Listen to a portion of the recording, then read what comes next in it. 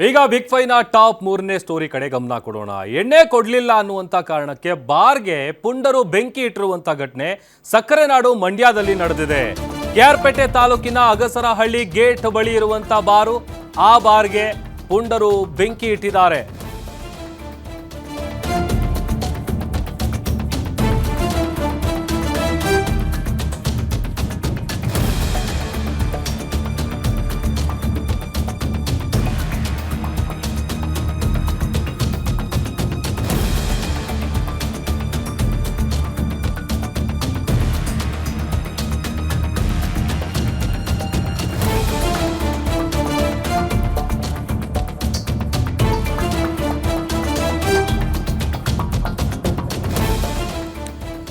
ಎಣ್ಣೆ ಕೊಡದಿದ್ದಕ್ಕೆ ಬಾರ್ಗೆ ಪುಂಡರು ಬೆಂಕಿ ಇಟ್ಟಿರುವಂತಹ ಘಟನೆ ಸಕ್ಕರೆನಾಡು ಮಂಡ್ಯದ ಕೆಆರ್ಪೇಟೆ ತಾಲೂಕಿನ ಅಗಸರಹಳ್ಳಿ ಗೇಟ್ ಬಳಿ ನಡೆದಿದೆ.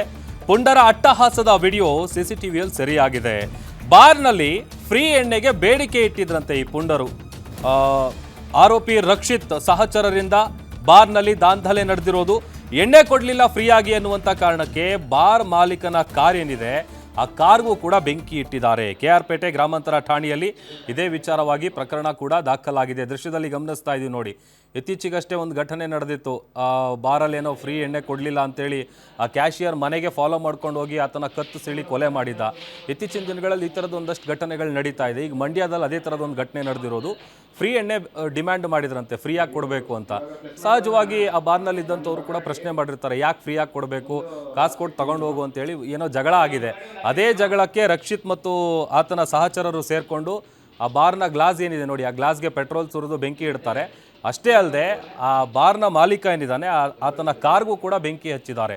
ಎರಡೂ ಸಂದರ್ಭ ಗಮನಿಸ್ತಾ ಇದ್ದೀವಿ. ಒಂದು ಬಾರ್ನ ಮುಂಭಾಗ ಇರುವಂಥ ಗ್ಲಾಸ್ಗೆ ಬೆಂಕಿ ಇಡ್ತಾ ಇರೋದು, ಮತ್ತೊಂದು ದೃಶ್ಯದಲ್ಲಿ ಆತನ ಕಾರ್ ಏನಿದೆ ಸ್ವಿಫ್ಟ್ ಡಿಸೈರ್ ಕಾರ್ ಅಂತ ಕಾಣುತ್ತೆ, ಆ ಕಾರ್ಗೂ ಕೂಡ ಬೆಂಕಿ ಇಟ್ಟಿದ್ದಾರೆ.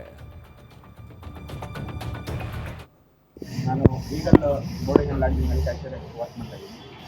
ಸರಿ ಸುಮಾರು ಒಂದು 8-8:30 ಮೃತದಲ್ಲಿ ರಕ್ಷಿ ಅಂತ ಬಂದ್ಬಿಟ್ಟು ಎಣ್ಣೆ ಕೇಳಿದ್ರು. ನಾವು ಎಣ್ಣೆ ಕೊಡಲಿಲ್ಲ.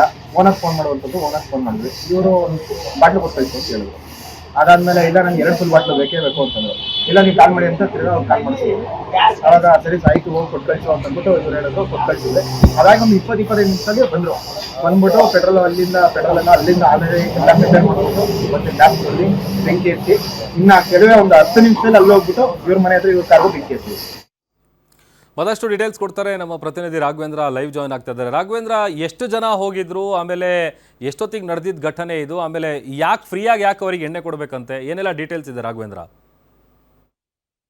ಎಸ್ ರಾಮ್, ಮಂಡ್ಯ ಜಿಲ್ಲೆ ಕೆಆರ್ಪೇಟೆ ತಾಲೂಕಿನ ಅಗಸರಹಳ್ಳಿ ಗೇಟ್ ಬಳಿ ನಿನ್ನೆ ರಾತ್ರಿ ನಡೆದಿರುವಂತಹ ಈ ಒಂದು ಘಟನೆ ಇದ್ದು ಏನಂದ್ರೆ, ಈ ಒಂದು ಅಗಸರಹಳ್ಳಿ ಗೇಟ್ ಬಳಿ ಇರುವಂತಹ ಈಗಲ್ ಬಾರ್ ಅಂಡ್ ರೆಸ್ಟೋರೆಂಟ್ ಏನಿದೆ, ಈ ಒಂದು ಈಗಲ್ ಬಾರ್ ಅಂಡ್ ರೆಸ್ಟೋರೆಂಟ್ಗೆ ಅದೇ